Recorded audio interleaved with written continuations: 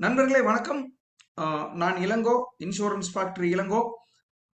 Prospecting, health இன்சூரன்ஸ்க்கு ப்ராஸ்பெக்டிங்கிறது Bible மாற, குரான் மாற, பகவத்கீதை மாற. நாம் இதை அடிக்கடி சொல்றோம். ப்ராஸ்பெக்டை நம்ம போன வாரமே பேசியிருந்தோம். போன கிளாஸ்ல நிறைய பேர் கொடுத்துருந்தாங்க. அந்த ப்ராஸ்பெக்டை எப்படி பண்ணி எப்படி கிளாஸிஃபை, அதாவது பிரிக்கணும், எப்படி ஹோம் ஒர்க் பண்ணணும், அதைத்தான் ஃபர்ஸ்ட் ஒரு 5 மினிட்ஸ் பண்ண போறோம். இந்த ப்ராஸ்பெக்டிங் பிரிக்கிறதுக்கும் அதை கைட் பண்றதுக்கும் நாங்க 100% சப்போர்ட் பண்ண போறோம். எனக்கு கிட்டத்தட்ட ஒரு 10 பேர் ப்ராஸ்பெக்டிங் எழுதி அனுப்பிச்சிருந்தாங்க. மிஸ்டர் பிரபாகர், மார்க்கெட்டிங் மேனேஜர், அவர் என்ன பண்ணியிருக்காருன்னா கம்ப்ளீட் பிரிச்சு அந்த அனலைஸ் பண்ணி யாருக்கு என்னென்ன ப்ராடக்ட் சொல்லணும், என்னென்ன ப்ராடக்ட் சொல்லக்கூடாது, யாருக்கு எவ்வளவு பிரீமியம் சொல்லணும், என்ன சம் அஷ்யூர்ட் சொல்லணும், இதை எல்லாமே கைட் பண்ணியிருக்காரு. அதே மாதிரி என்ன வார்த்தை அவருக்கு உபயோகப்படுத்தணும், எதையாவது சொல்லக்கூடாது, இதுதான் சொல்லணும் அப்படிங்கறது கூட கைட் பண்ணியிருப்பார். இல்லைன்னா நாளைக்கு நானும் பிரபாகரனும் ஜாயின் கால்ல அந்த 10 பேர்த்து கூடயும் பேச போறோம். சார் இப்படிலாம் நீங்க பிரிச்சிருக்கீங்க, உங்களுக்கு பாருங்க, இவர்கிட்ட போன் பண்ணி நான் சொல்ற டைலாக் சொல்லுங்க அப்படின்னு சொல்ல போறோம். அப்படி ஒரு டைலாக் நீங்க சொன்னீங்கன்னா சக்சஸ் ரேஷியோ பக்காவா இருக்கும் சார். இப்போ புதுசா ப்ராஸ்பெக்டே பண்ணாது இருக்கிறவங்களுக்கு நான் சொல்றேன், ப்ராஸ்பெக்ட்னா ஒண்ணு இல்லைங்க. ஒரு நோட்டோ பேனாவோ, நோட்டும் பேனாவோ எடுத்துட்டு ஒரு பக்காவா கட்டம் போட்டுங்க.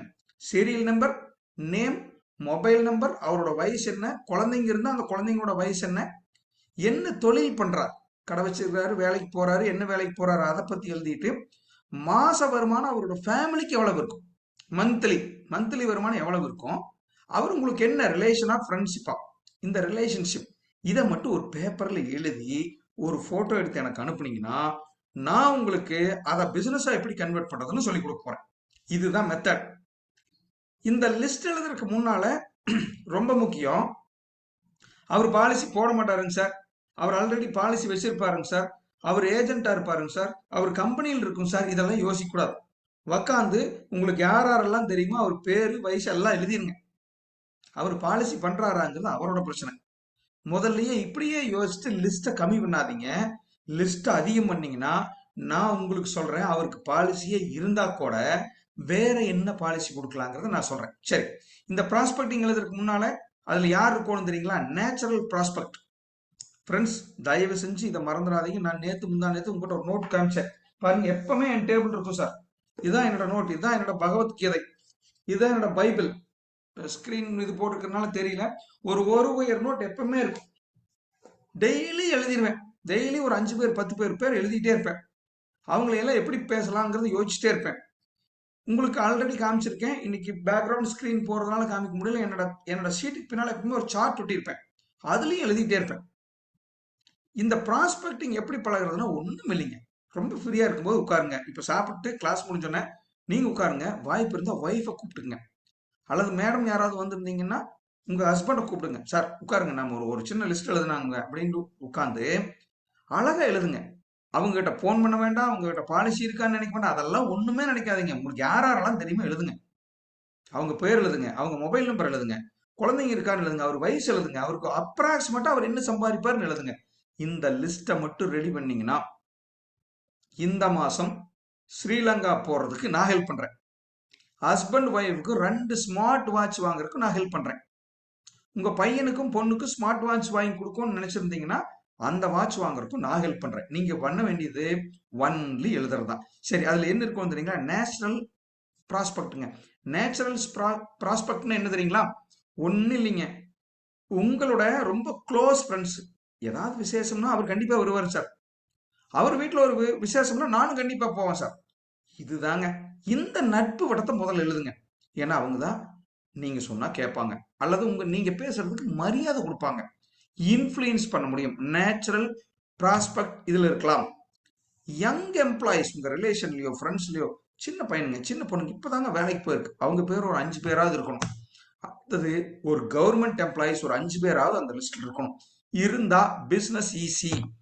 என்ஆர்ஐ ப்ராஸ்பெக்ட், யாராவது ஃபாரின்ல இருக்காங்க சார், இங்க அவங்க அப்பா அம்மா மட்டும்தான் இருக்காங்க சார், அந்த பையன் ஃபாரின்ல இருக்காங்க சார், அது மாதிரி ஒரு பிசினஸ் ஆப்பர்ச்சுனிட்டி இல்ல, ஒரு 5 பேராவது எழுதுங்க. அமெரிக்காவில் இருக்கிறாரு, ஆஸ்திரேலியாவில் இருக்காருன்னு எழுதி காமிங்க. நான் அவருக்கு ஒரு மெசேஜ் டைப் பண்ணி தர்றேன். அந்த மெசேஜ் மட்டும் டைப் பண்ணுங்க. கரெக்டா ஒரு 2 or 3 டேஸ்ல ஒன்னா கூப்பிடுவாரு. இல்லைன்னா உங்க கூகுள் பேல பணத்தை அனுப்பிச்சிடுவார். கேரண்டி. நான் பண்ணிட்டு இருக்கிறேன். என்ஆர்ஐ ப்ராஸ்பெக்ட் சார், அவர் ஃபாரின்ல இருக்கிறார் சார், என் ஃப்ரெண்டு சார், ஃப்ரெண்டோட மாப்பிள்ளை இருக்காரு சார், என் ஃப்ரெண்டே அங்கதான் சார் இருக்கிறாரு. இப்படி இருந்தா என்ஆர்ஐ ப்ராஸ்பெக்ட் எழுதுங்க.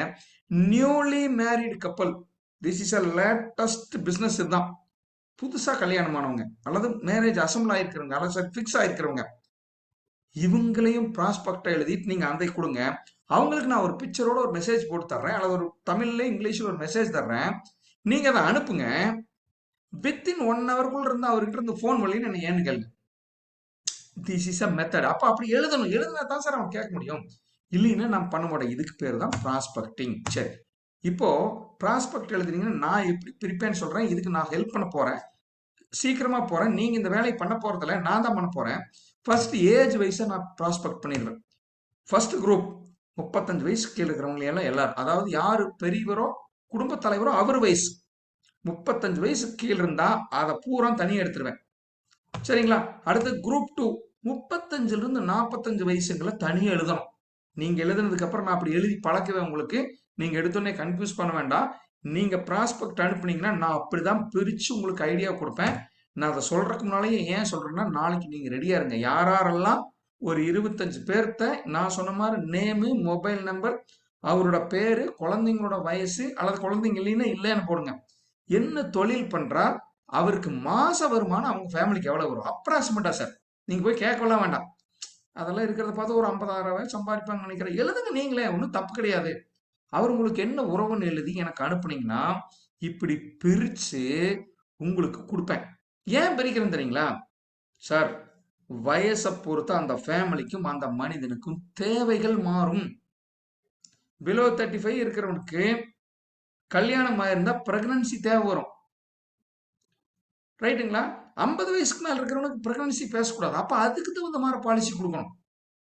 45 அதுக்குள்ள எல்லாம் ஆக்டிவா இருக்கிற பேப்பர்ல அவங்க தொழிலை பொறுத்து, சார் அவர் மார்க்கெட்டிங் ரெப்ரஸன்டேட்டிவ் சார் அப்படின்னா ஆக்சிடென்ட் தேவை அவங்களுக்கு அதிகமா இருக்கும். ஆக்சிடென்ட் பாலிசி 1 crore ஏஜென்ட், ஒரு ஆக்சிடென்ட் பாலிசி பிஏ பார்ட்டி பாலிசிங்க டப்புன்னு பிடிப்பார். சம்பந்தமே இல்லாத ஆளுகிட்ட, படிக்கிற பையன்கிட்ட போய் பேசக்கூடாது. 60 வயசுக்கு மேல இருக்கிறவர்கிட்ட போய் ஏஜென்ட் பாலிசி, ஆக்சிடென்ட் பாலிசி பேசக்கூடாது. அப்போ இந்த ஏஜ் வயசா அந்த ஃபேமிலியை பிரிச்சுட்டு நான் உங்களுக்கு அவங்களுக்கு என்ன ப்ராடக்ட் சொல்லணும், அவருக்கு என்ன தேவை இருக்குங்கிறத நான் உங்களுக்கு சஜஸ்ட் பண்ணுவேன். அதை மட்டும் அவர்கிட்ட பேசணும், எதை பேசக்கூடாதுன்னு நான் சொல்ல போறேன். So very important point. நாம் ரொம்ப நாள் பேசியிருக்கிறோம். பேயிங் கெப்பாசிட்டி வச்சும் அவங்கள பிரிக்கணும். குரூப் 1, குரூப் 2, குரூப் 3ன்னு பிரிச்சுட்டு அதுக்கப்புறம் அவங்கள 2ஆ பிரிப்பேன் சார். நான் எப்பவுமே 25ல இருந்து 50,000 ரூபாய்க்குள்ள வருமானம் இருக்கிறவங்க எல்லாம் தனிங்க. 50,000 ரூபாய்க்கு மேல இருக்கிறவங்க எல்லாம் தனி. சார் என்னதான் ஒரு 35 வயசுக்காரரு, அதுக்கு ஒரு எக்ஸாம்பிளே சொல்றேன் பாருங்க. 2 அடல்ட் 2 சில்ட்ரன் இருக்கிறாங்க. 34 வயசு தான். ஒருத்தர் ஐடி கம்பெனியில் வேலை செய்யறாரு, ஒரு அல்லது ஒரு ஏதோ இந்த கம்பெனியில் வேலை செய்யறாரு, 30,000 ரூபாய் சம்பாதிக்கிறார். இன்னொருத்தர் ஒரு பிரைவேட் கம்பெனியில் ஒரு பெரிய பொசிஷன்ல இருக்கிறார், 35 34 வயசு தான். அவருக்கு 2 குழந்தைங்க இருக்கு. இவங்க 2 பேர்த்துக்கும் தேவை ஒண்ணுதான் சார். இவருக்கு கண்டிப்பா ஒரு ஒரு யங்கர் அப்படிங்கிறதுனால இவருக்கு தேவையில்லாம என்ன பண்ண வேண்டியதில்லை, பிரெக்னன்சி கவரை எல்லாம் போய் கொடுக்க வேண்டியதில்லை. ஆனா சம்மஷூட் அதிகமாக கொடுக்கலாம், ரிஸ்க் கவர் இருக்கிற மாதிரி பாலிசி கொடுக்கலாம். 35 40 மேல போக போக கொஞ்சம் எஜுகேஷன் வந்து எஜுகேட்டட் எல்லாம் என்ன பண்ணுவாங்கன்னா இந்த ஆயுஷ் ட்ரீட்மெண்ட் இதையெல்லாம் நோக்கி போவாங்க. அப்ப அப்படியெல்லாம் இருக்கிறவங்களுக்கு அதை அட்ராக்ஷனா சொல்லலாம். போனஸ் அட்ராக்ஷனா வரும். ஸோ என்சிபி சார் டபுள் ஆகும் சார், இதெல்லாம் சொல்லலாம். அட்வான்ஸ் டெக்னாலஜி இதையெல்லாம் சொல்லலாம். ஆனா 2 பேர்த்துக்கு பேயிங் மாறும் சார். 30,000 ரூபாய் கிட்ட போய் கேட்டீங்கன்னா அதிகபட்சமா ஒரு 7,000 ரூபாய் 8,000 ரூபாய் கொடுப்பார் தம்பி. அவர்கிட்ட போய் கேட்டீங்கன்னா எடுத்தோன்னே ஒரு 4,000 ரூபாய் 5,000 ரூபாய் 10,000 ரூபாய் கொடுக்க முடியும். ஆனா 50,000 ரூபாய்க்காரரு 25,000 ரூபாய் அதிகபட்சமா தாராளமா கொடுக்கலாம். அப்போ இவங்களோட பணம் வித்தியாசம், பேயிங் கெப்பாசிட்டி மாறுற போதும் தேவை பொறுத்து ஒண்ணுதான். ஆனா பேயிங் மாறுறதுனால இவங்களுக்கு வேற மாதிரி சொல்லணும், வேற மாதிரி இவங்ககிட்ட பேசணும். இதையே நான் உங்களுக்கு கைட் பண்ண போறேன். ஒன்னே ஒண்ணு, ப்ராஸ்பெக்ட் எழுதி எனக்கு அனுப்புனால் நான் இந்த ஹெல்ப் உங்களுக்கு பண்றேன். ஆல்ரெடி நாங்க ஆரம்பிச்சிட்டோம் இன்னைக்கு பிரிக்கிறதுக்கு. நாளைக்கு இன்னும் கைட் பண்றோம். நண்பர்களே, ப்ராஸ்பெக்ட் எழுதாதவங்க யாராவது இருந்தீங்கன்னா ஒரு சின்ன நோட் வாங்குங்க, கட்டம் போடுங்க, 1 2 3 போடுங்க. அவங்க பேர் எழுதுங்க, அவங்க மொபைல் நம்பர் எழுதுங்க. மொபைல் நம்பருங்கிற இடத்துல நான் ஒன்று சொல்றேன், நான் இதை யாருக்கும் ஷேர் பண்றதில்ல, உங்களுக்கு தான் திருப்பி கொடுக்க போறேன். அந்த நம்பர் எனக்கு யாருமே தெரியாது, நான் எதுவுமே பண்ண மாட்டேன். அப்போ மொபைல் நம்பர், அவரோட வயசு, அவங்க குழந்தைங்க வயசு, குழந்தை இல்லைன்னா நோன்னு போடுங்க. அவர் என்ன சம்பாதிக்கிறார், என்ன தொழில் பண்றார், அவர் என்ன உறவு, நான் சாம்பிள் அனுப்பிச்சிருக்கேன் ஆல்ரெடி. இதை எழுதி எனக்கு அனுப்புனீங்கன்னா மினிமம் 25 அனுப்பணும். 25 அனுப்புனீங்கன்னா பிரிச்சு அவங்ககிட்ட என்ன அப்ரோச் பண்ணணும், என்ன டயலாக் சொல்லணும்னு சொல்றேன், அனுப்புங்க. பிசினஸ் வரும். சரி சார், எல்லாம் சொல்லிட்டீங்க. சரி, என்ன சார் ஏதாவது ஒரு ப்ராடக்ட் சொல்லுங்க சார் அப்படிங்கிறவங்களுக்காக அடுத்த ஒரு ஒரு ஒரு ஒரு சின்ன ஒரு ப்ராடக்ட் போறோம். Again with your permission,